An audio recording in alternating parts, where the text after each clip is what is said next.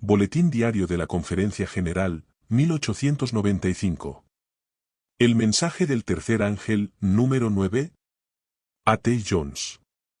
Hay otra cosa muy importante que debo mencionar en relación con esa separación.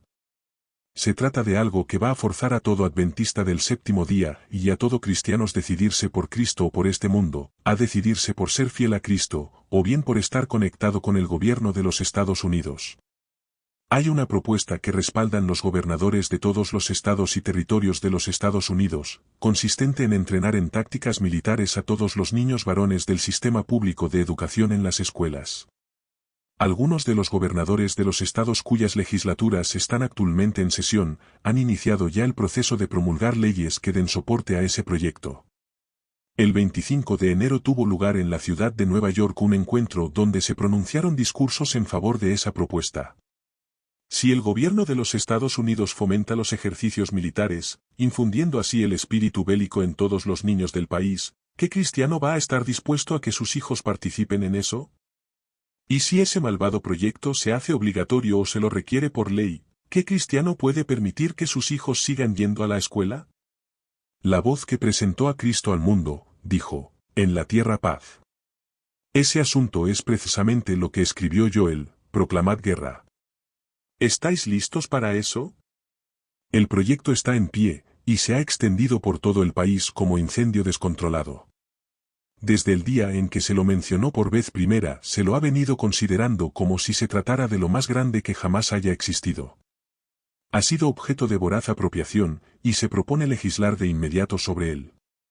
Sea que esos ejercicios militares, ese inculcar el espíritu bélico en todos los niños del país se haga obligatorio o no de entrada, su simple realización es ya bastante, ya que su mera introducción y práctica lo convertirán de cierto modo en obligatorio por la sencilla razón de que todo niño que rehúse tomar parte en él será considerado un cobarde por quienes se impliquen.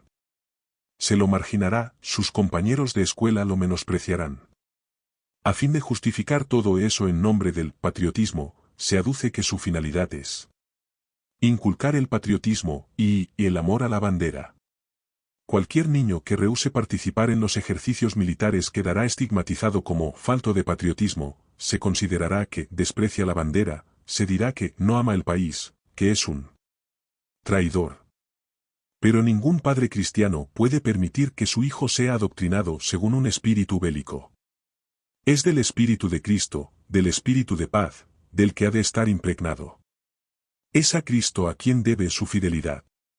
Siendo así, significará una prueba que separará a todo niño cristiano y a todo padre cristiano del gobierno de Estados Unidos y de cada estado. ¿No es, por lo tanto, tiempo de que comencemos a separarnos de todas formas?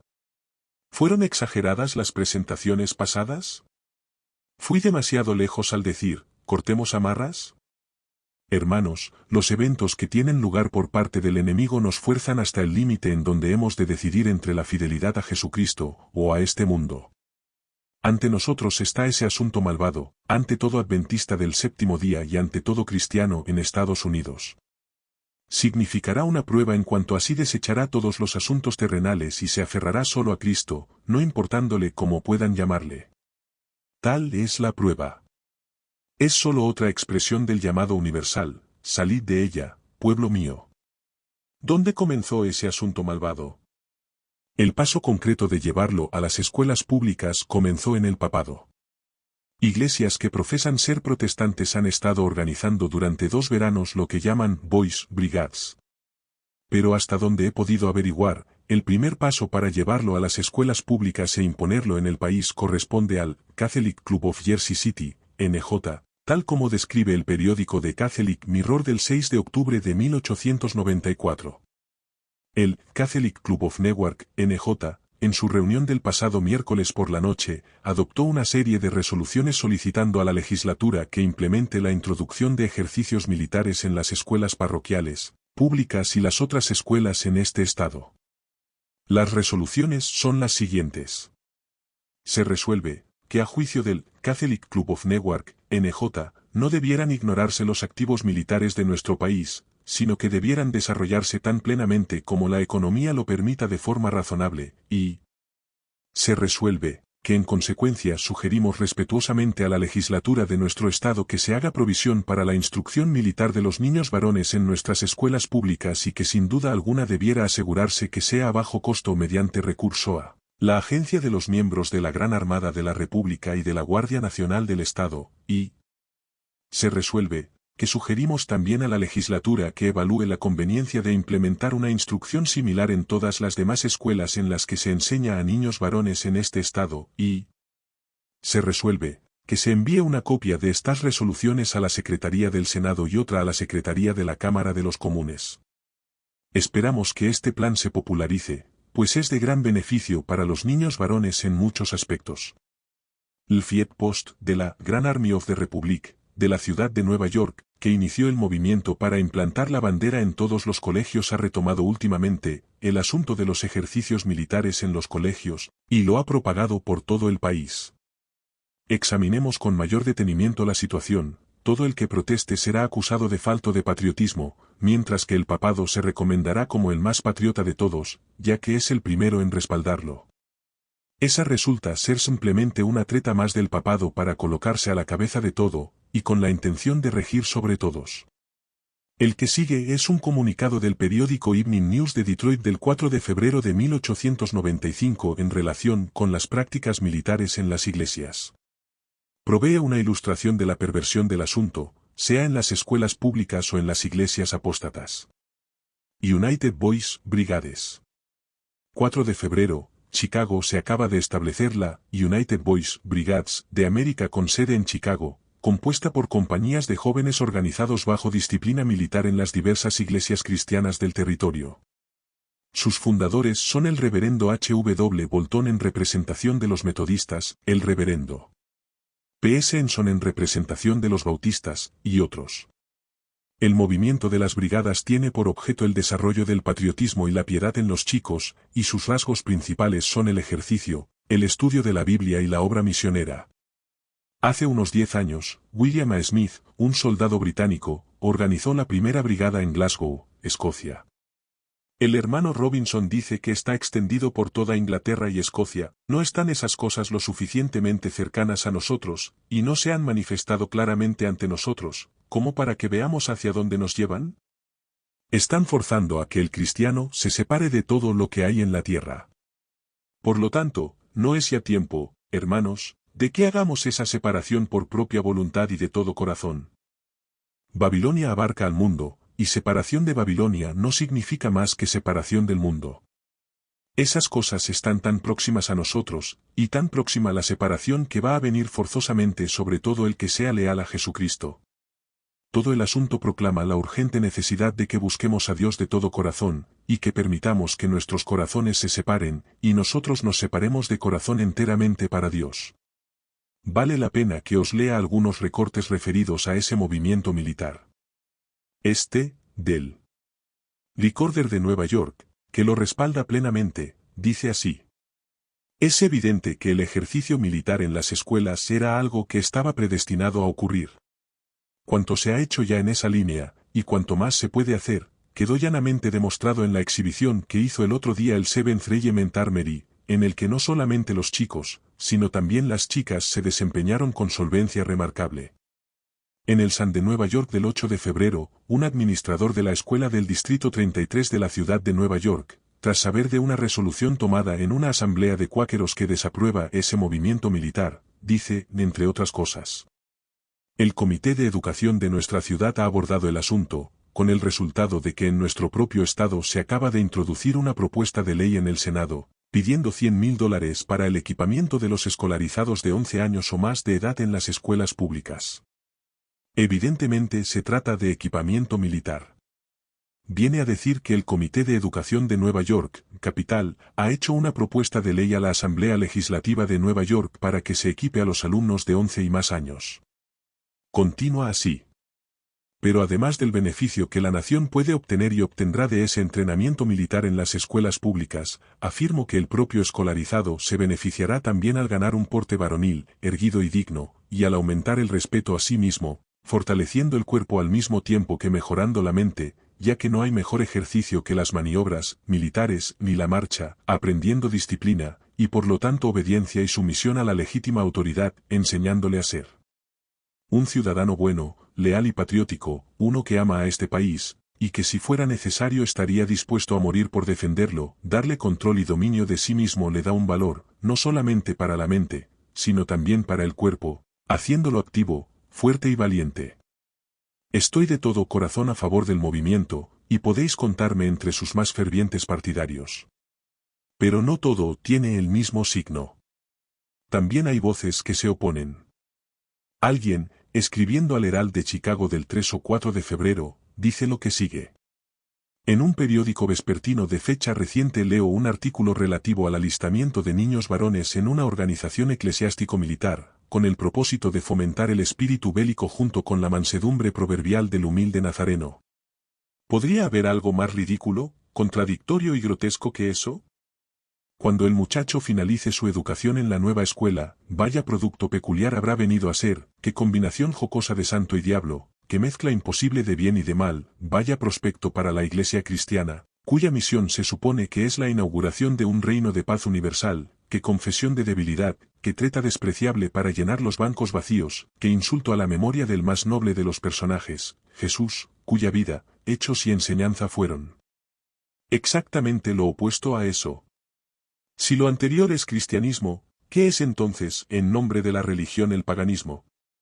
Esas organizaciones eclesiástico-militares, en su absoluto desprecio hacia la consistencia, la decencia, la genuina moralidad, la auténtica justicia, y de hecho hacia todas las virtudes cristianas, no tienen parangón en la historia, y quienes inventaron ese juego, pues no se trata más que de esos son los peores enemigos que quepa imaginar de la verdadera democracia y de las instituciones republicanas. Esto les podrá parecer radical a algunos, pero es verdadero, la verdad parece radical solamente a quien no está familiarizado con ella, y de esa clase hay unos cuantos, de hecho, demasiados.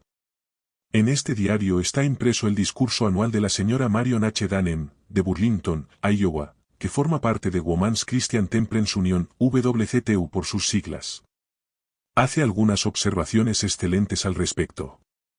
Hablando de los conflictos crecientes entre las clases trabajadoras, del capital y los obreros, etc., dice: se ha desarrollado una característica que bien pudiera alarmar a todos los que aman su país, que consiste en el fomento del espíritu militar y el entrenamiento militar.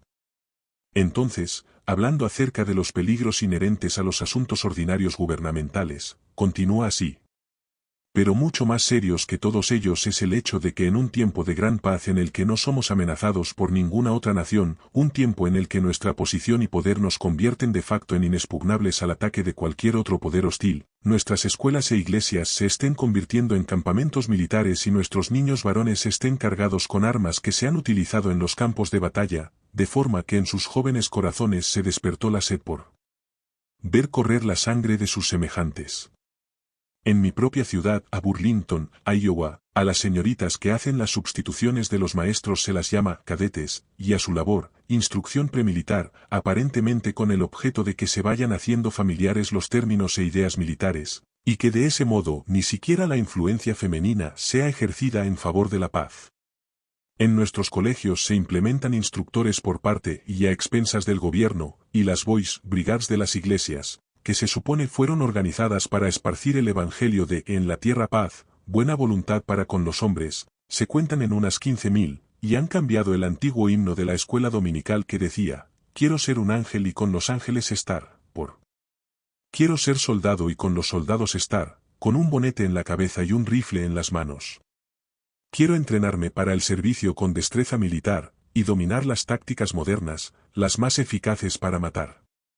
Continúa con la revisión de ese antiguo himno, y añade: no hay enemigo exterior que nos amenace como para hacer necesaria esa preparación, y sea lo que sea que ese movimiento signifique o pretenda, es contrario al espíritu del cristianismo, representa un regreso de la civilización al tiempo en el que el poder era el derecho, y la mano de cada uno se alzaba contra cualquier otro. De lo anterior podemos aprender otra cosa, y es que las mentes realmente cristianas en el país se pondrán en contra de ese asunto y protestarán contra él, lo que no hace más que abrir el camino para proclamar: salid de ella, pueblo mío. Podéis ver que ese movimiento repudia y excluye a los que son favorables al cristianismo y desean que se propague el espíritu de paz. traza una línea de separación entre estos y el gobierno. Pero Dios tiene justo ahora una obra en la tierra, un mensaje que proclamar amonestando a todo el que quiera preservar su vida a que se separe totalmente de maldades como esa, a que se posicione de todo corazón en contra y se vuelva a Dios en un espíritu de paz a fin de que todos, del pequeño al mayor, puedan conocer a aquel que es nuestra paz. Esta es, pues, la situación actual en todos los frentes. Todo elemento del mundo, sea en el papado, en el protestantismo apóstata o en el propio gobierno, nos está llevando al punto en que nos veremos obligados a tomar una decisión y a separarnos del mundo y de todo lo que es del mundo. No vamos a verlo tal como Dios desea, y no tendremos a su Espíritu, quien efectivamente nos separará y nos revestirá de un poder que despertará al mundo al peligro y salvará de la ruina inminente a toda alma que vaya a ser salva. Leamos Isaías 40:9. Súbete sobre un monte alto, anunciadora de Sión, levanta con fuerza tu voz, anunciadora de Jerusalén. Levántala sin temor. Di a las ciudades de Judá, ved aquí al Dios vuestro. Dios quiere que lo busquemos ahora. Recordad que el capítulo 40 de Isaías se corresponde con el fuerte clamor de Apocalipsis 14 y 18.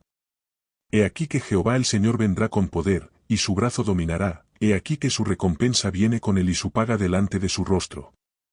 Así, el Señor nos dice ahora, subid a los montes altos, levantad con fuerza vuestra voz y no temáis. Decid a la gente, he aquí vuestro Dios, Él es vuestro refugio, vuestra salvación, vuestra protección.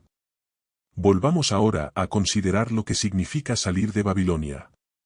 Todos sabemos que salir de Babilonia es salir del mundo, y separarse de Babilonia equivale a separarse del mundo. Lo siguiente que queremos saber es, ¿qué significa salir del mundo? ¿Qué significa separarse de él? Gálatas 1:4 responderá a esa pregunta en pocas palabras. Leeremos seguidos los versículos 3 a 4 a fin de establecer la relación, pero es el versículo 4 el que contiene la respuesta. Gracia y paz sean a vosotros, de Dios Padre y de nuestro Señor Jesucristo, el cual se dio a sí mismo por nuestros pecados para librarnos del presente siglo malo. Puesto que se dio por nuestros pecados a fin de librarnos del presente siglo malo, es evidente que la conexión con el presente siglo malo consiste en nuestra pecaminosidad. Por lo tanto, a fin de ser librados de este mundo, lo hemos de ser del pecado. No de algunos pecados particulares, sino del pecado mismo, de la raíz, de todo él. La palabra de Dios no toma a un hombre y mira cuánto de bueno y de malo hay en él, para parchearle bondad en lugar de la maldad y entonces llevarlo al cielo. No se debe coser un parche nuevo sobre un vestido viejo. Así lo dijo Cristo, y así es. Por lo tanto, no debemos ver qué hay de bueno en nosotros, cuantos rasgos saludables, y concedernos crédito por ellos, para después obtener del Señor la suficiente bondad como para suplir la que nos falta. No, no hay bondad, no hay, en nosotros, ni una sola cosa buena. Desde la planta del pie hasta la cabeza no hay en él cosa sana, sino herida, hinchazón y podrida llaga. ¿Quién me librará de este cuerpo de muerte? Rom 7:24. Es un cuerpo de muerte sencillamente porque es un cuerpo de pecado. Rom 6:6. Ser liberados del pecado es ser liberados de nosotros mismos. En eso consiste salir de Babilonia. Muchos han albergado la idea de que salir de Babilonia consiste en salir de la iglesia metodista, presbiteriana o católica, e ingresar en la adventista del séptimo día. No, no es suficiente. A menos que uno esté convertido, separado de este mundo, no salió de Babilonia, incluso aunque esté en la iglesia adventista del séptimo día, en el mismo tabernáculo de Battle Creek. Lo anterior no es decir que la iglesia adventista del séptimo día sea Babilonia, no es en absoluto así, pero quien está conectado consigo mismo, está conectado con el mundo, y el mundo es Babilonia. Hay que separarse del pecado, hay que separarse del mundo, para estar fuera de Babilonia. Tener apariencia de piedad, mientras se niega la eficacia de ella, es simplemente otra forma de describir a Babilonia y su condición en los últimos días. Por lo tanto, si yo, adventista del séptimo día, tengo la forma de piedad pero estoy desprovisto del poder, pertenezco a una Babilonia. No importando qué etiqueta me adjudique, sigo siendo un babilónico, llevo el manto babilónico, y llevo Babilonia a cualquier iglesia a la que vaya. Veamos algo más en relación con la frase de Gálatas, Jesucristo, el cual se dio a sí mismo por nuestros pecados para librarnos del presente siglo malo. Todo lo que en este mundo puede malograr o impedir en alguien su camino al cielo, es simplemente lo que hay en él, lo que procede de él. Por consiguiente, cuando Dios libra a alguien de este presente siglo malo, simplemente lo libra del pecado y de sí mismo. Entonces pertenece al reino de Dios, todavía está en el mundo, pero no es del mundo. Por lo tanto, Jesús dice, si fuerais del mundo, el mundo amaría lo suyo, pero porque no sois del mundo, antes yo os elegí del mundo, por eso el mundo os odia. Bien, aquí estoy. Supongamos que soy del mundo. El mundo amará lo suyo. Es decir, el mundo que hay en mí y que procede de mí, amará al mundo y se aferrará a él. No puedo hacer de otra manera, no puedo evitarlo, puesto que soy del mundo en mi esencia. El mundo que está fuera de mí, el que me rodea, amará lo suyo, eso es cierto, pero tan ciertamente como soy del mundo, me aferraré a él y lo amaré, el mundo que hay en mí amará y se aferrará al mundo que me rodea.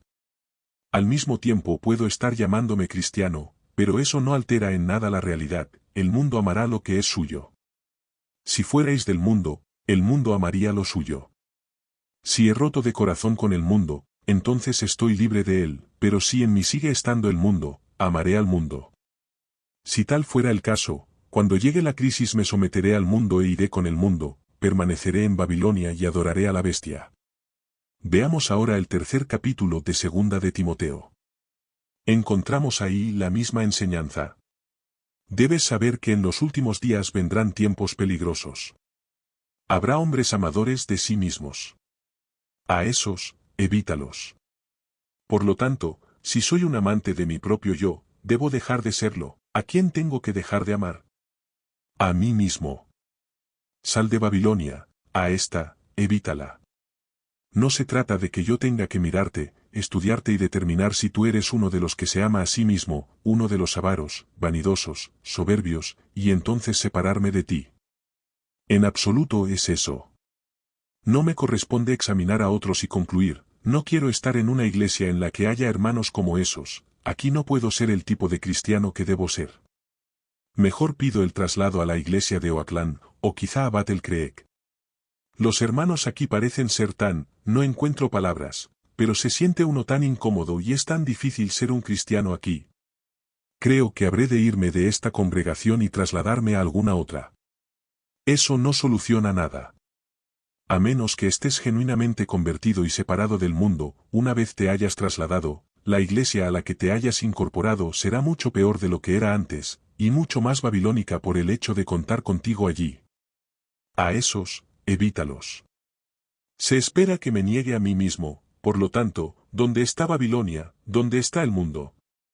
En mí, en el yo, tal como revela el capítulo 4 de Gálatas. Examinemos más de cerca el tercer capítulo de Segunda de Timoteo y veamos si alguno de nosotros nos encontramos allí. Habrá hombres amadores de sí mismos, avaros. ¿Qué podría hacer que uno que profesa pertenecer y amar al Señor lo prive de algo que le pertenece claramente a Él, como es por ejemplo el diezmo? A mis manos llegan recursos. El Señor ha declarado que le pertenece una 10ª parte de ellos. Profeso amar al Señor, voy cada sábado a la iglesia, profeso pertenecer yo mismo al Señor, profeso estarle consagrado, sin embargo, le niego de aquello que le pertenece. ¿Cuál es la raíz de ese problema? El yo. ¿Cuál es el primer fruto del yo? La avaricia. No he robado a mi prójimo ni le he privado de nada, pero he hecho todo eso con lo que pertenece al Señor. Por lo tanto, debo deshacerme de mi yo avaro. Blasfemos. No podemos considerar cada uno de los puntos en detalle, vanidosos, soberbios, blasfemos, etc. Un blasfemo, según la acepción común del término, es quien hace un uso profano del nombre de Dios, quien toma su nombre en vano. Uno de los mandamientos de Dios está dedicado a eso. Pero aunque mi boca no pronuncie el nombre de Dios profanamente, si profeso su nombre, pero lo hago siguiendo un curso de acción que demuestra la vanidad de mi profesión, ¿acaso no estoy tomando su nombre en vano? Ciertamente lo estoy haciendo. Si mi vida consiste en una apariencia de piedad desprovista del poder, ¿no estoy tomando sobre mí su nombre en vano? Y al tomar ese curso, ¿no voy a ser la causa de que otros blasfemen el nombre del Señor? Por lo tanto, si profeso ser del Señor pero mi curso de acción hace que su nombre sea blasfemado, es en mí donde la blasfemia ha tenido su origen. En relación con lo dicho, podemos leer un Tim 6:1. Los que están bajo el yugo de esclavitud, tengan a sus amos por dignos de todo honor, para que no sea blasfemado el nombre de Dios y la doctrina. Así, la propia palabra de Dios lleva la verdad a cada uno para que siga un curso de acción que evite que sean blasfemados el nombre de Dios y la doctrina. Se espera que guardemos el nombre y la doctrina de Dios de la blasfemia. Pero si desoigo su consejo, soy yo quien ha originado esa blasfemia. He tomado el nombre de Dios en vano, y lo llevo en vano. Leamos en Romanos 2, a partir del versículo 17. Tú te llamas judío, te apoyas en la ley y te glorías en Dios, conoces su voluntad, instruido por la ley, apruebas lo mejor, estás convencido de que eres guía de ciegos, luz de los que están en tinieblas, instructor de los ignorantes, maestro de niños y que tienes en la ley la forma del conocimiento y de la verdad. Tú, pues, que enseñas a otro, ¿no te enseñas a ti mismo? Tú que predicas que no se ha de robar. ¿Robas? Aquí está la perseverancia de los santos, los que guardan los mandamientos de Dios y la fe de Jesús. Tú que te apoyas en la ley, tú que predicas que no se ha de robar, ¿qué haces? ¿Defraudas? ¿Haces negocios abusivos? Si se te encomendara algún negocio del Señor, ¿te prestarías a obtener ganancias injustas? ¿Sería eso integridad por la causa? No, eso sería falta de honestidad, sería diabólico. No puedo ser egoísta en favor del Señor.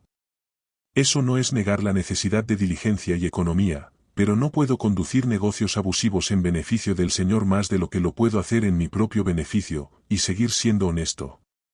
Por lo tanto, tú que predicas que no se ha de robar. ¿Robas, o eres honesto? Tú que dices que no se ha de adulterar, ¿adulteras? ¿Guardas como algo sagrado el vínculo matrimonial? ¿Honras esa institución?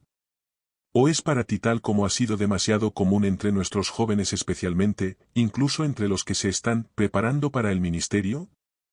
Algunos de ellos parecen considerar tan a la ligera esa solemne ordenanza de Dios, como para comprometerse con alguna joven que les complace a primera vista, y después, al encontrar a alguna otra que les complace aún algo más, rompen su compromiso con la primera. Posteriormente, si no contraen matrimonio antes de encontrar alguna otra, están prestos a repetir el procedimiento. El séptimo mandamiento está en la ley de Dios para salvaguardar la institución u ordenanza del matrimonio, y nadie puede menospreciar esa institución, esa ordenanza solemne de Dios, sin violar el mandamiento. En solo un año podría señalar a 6 jóvenes profesos cristianos que han roto con sus prometidas para casarse con otras a quienes encontraron más atractivas. Y algunos de ellos se estaban preparando para la obra del Señor. ¿Es una buena preparación para la obra del Señor el pisotear una de sus ordenanzas más sagradas en su inicio? ¿Tú qué dices que no se ha de adulterar, adulteras, honras los mandamientos de Dios? ¿Honras sus ordenanzas? Alguien dirá, ¿recomendaría a un hombre que se case con una mujer a la que no quiere? No, no lo haría, pero le invitaría a que supiera lo que es el amor y a que supiera cuál es su posición antes de comprometerse con una mujer. En el curso de acción que estoy describiendo, falta el amor desde el principio. Es mero encaprichamiento. La mujer puede ser perfectamente sincera, puede haber amor de su parte, y así es la mayoría de las veces. Pero por parte de él se trata de simple encaprichamiento. Aunque sucediera que se casen antes de que otra joven le guste más que la primera, algún día acabará sucediéndole, y entonces carecerá de seguridad alguna. Quien viole la sagrada confianza que obtuvo de aquella mujer, nunca podrá estar seguro de que vaya a ser fiel a otra. Una vez que ha pisoteado ese vínculo sagrado del que tanto ha hecho Dios depender la felicidad del ser humano, carecerá de seguridad. Incluso en el mismo de poder ser fiel en cualquier situación equivalente. ¿Qué diremos del hombre que llega a conquistar el amor de una mujer, solo para traicionarlo después? La Biblia, al referirse al afecto mutuo entre dos hombres, encuentra su mejor ilustración al describirlo como el amor de las mujeres. Sin embargo, un hombre conquistará de ese modo y obtendrá el amor de una mujer, solo para quebrantar despiadadamente sus tiernos vínculos y repudiarlo después. Eso es una violación del séptimo mandamiento, es pisotear la institución que ese mandamiento custodia, al dar los pasos que, llevados a su conclusión lógica, y son solo unos pocos pasos, terminarán en la consumación del hecho. Permíteme que lo repita, no quisiera que nadie se casara con alguien a quien no ama, pero quisiera que toda alma tuviera la suficiente reverencia por la ordenación divina, la suficiente sobriedad y consideración cristiana, como para conocer sus sentimientos. Quisiera que tuviera el sentido como para saber qué está haciendo y acuda a Dios para averiguar qué tipo de amor es el suyo antes de comprometerse en esa relación solemne, con sus sagradas obligaciones. ¿Tú qué dices que no se ha de adulterar, adulteras? Esa es la cuestión. Tú, que abominas los ídolos, cometes sacrilegio. Pero tú dices, no adoro objetos de piedra ni de madera, no me inclino ante imágenes talladas. No, no lo haces. Pero, ¿cuál es tu postura ante las modas del mundo? ¿Qué tipo de sombrero usas? ¿Qué tipo de bastón? ¿Qué tipo de vestimenta cortas y confeccionas? ¿Por qué lo haces de esa manera? ¿Es más confortable del modo en que lo haces? ¿Complacerá más a Dios? No. Sabes que es porque de esa forma se adecúa mejor a la moda, se conforma más al mundo y se acerca a las maneras del mundo. Pero este mundo es vanidad e idolatría. Satanás es el Dios de este mundo. No os conforméis a este mundo, sino transformaos por medio de la renovación de vuestro entendimiento. Cualquiera, pues, que quiera ser amigo del mundo se constituye en enemigo de Dios. Por consiguiente, aunque pueda no estar inclinándome ante imágenes talladas ni adorando objetos de piedra o de madera, sin embargo, si sigo las modas, los caminos y las costumbres de este mundo, y me conformo a las cosas de este mundo más bien que consultar a Dios cuál es su voluntad, ¿qué estoy adorando? El Dios de este mundo. Eso también es idolatría. Hay ahí implicada enemistad contra Dios. No conozco nada más incongruente e irrazonable que la moda, el deseo de que todos se sujeten al mismo molde, vistan igual y tengan una apariencia similar. ¿Por qué Dios no nos hizo a todos iguales cuando nos creó? ¿Por qué no nos creó exactamente iguales? El camino de la moda es precisamente el camino del diablo. Es su propósito que todos lleven el mismo manto religioso, crear una moda que todos quieran seguir, y entonces lograr que el gobierno la imponga por ley, de forma que todos tengan que vestir ese tipo concreto de religión. Toda esa concesión a la moda en la vestimenta te está preparando para ceder a la religión del mundo. Todo eso es idolatría. Tú, que abominas los ídolos, ¿cometes sacrilegio? Si Dios quisiera que fuésemos iguales y pareciéramos iguales, ¿por qué no nos hizo iguales desde el inicio? En ocasiones vemos a personas vestidas de una forma que no les favorece, pueden llevar un sombrero o un vestido de un color que hace pensar si no se estarán recuperando de un episodio de ictericia. Pero no piensan en ello. Todo cuanto les preocupa es que sea el color de moda. Dios nos ha creado de forma que no hay dos en el mundo que sean iguales. Cada uno es cada cual, con su propia personalidad e individualidad. Es la voluntad del Señor que cada cristiano ejerza una influencia en este mundo tal como la que ningún otro puede ejercer. Él espera que cada uno se vista de modo que pueda representar ante el mundo la forma particular en que Dios lo ha hecho, en perfecta armonía y de forma digna. De ese modo, Dios puede emplear la individualidad de la que lo dotó para el propósito por el que lo creó de esa manera. Vistámonos para complacer al Señor, y si hacemos así, todo en nosotros hablará de Dios y de lo que respecta a su justicia. Pero podemos destruir todo aquello para lo que el Señor nos hizo si profesamos el cristianismo, y sin embargo pretendemos ejercer una influencia en el mundo a base de vestirnos según la moda del mundo. Eso es imposible. Es una contradicción. No podéis impresionar a nadie en favor del cristianismo de esa manera, ya que mediante ese tributo a la idolatría queda malograda la precisa forma en que el Señor obraría. Vestíos como el Señor quiere que lo hagáis, y veréis que vestir apropiadamente y con decoro no resulta caro ni requerirá una manufactura laboriosa o excesiva ingeniosidad. Tú, que abominas los ídolos, ¿cometes sacrilegio? Esa es la pregunta. ¿Tienes la mente puesta en Dios? ¿Vistes para agradarle? ¿O te motiva qué dirá tal o cual persona? Tú, que abominas los ídolos, ¿cometes sacrilegio? ¿Tú que te jactas de la ley, con infracción de la ley deshonras a Dios? El nombre de Dios es blasfemado entre los gentiles por causa de vosotros. Uno de los males prevalentes en los últimos días será la existencia de quienes profesen santidad, pero en realidad sean blasfemos. ¿Eres uno de ellos? ¿Llevas el nombre del Señor en vano? A estos, evítalos. www.libros1888.com